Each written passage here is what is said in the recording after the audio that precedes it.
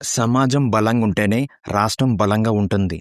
క్రిమినల్స్‌కు కులం, మతం ఉండదు. మహిళల భద్రతను యువత బాధ్యతగా తీసుకోవాలి. రైతు, మత్స్యకారుల సంక్షేమమే ప్రభుత్వం లక్ష్యమని కాకినాడలోని మన ఊరు మాట మంతి కార్యక్రమంలో ఉప ముఖ్యమంత్రి శ్రీ పవన్ కళ్యాణ్ గారు స్పష్టం చేశారు.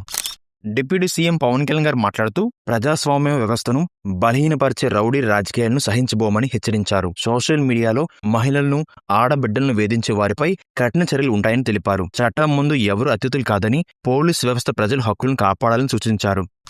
యువతకు బాధితమైన ఆలోచన అవసరమని, సమాజ సమస్యలపై స్పందించాలని పిలుపునిచ్చారు.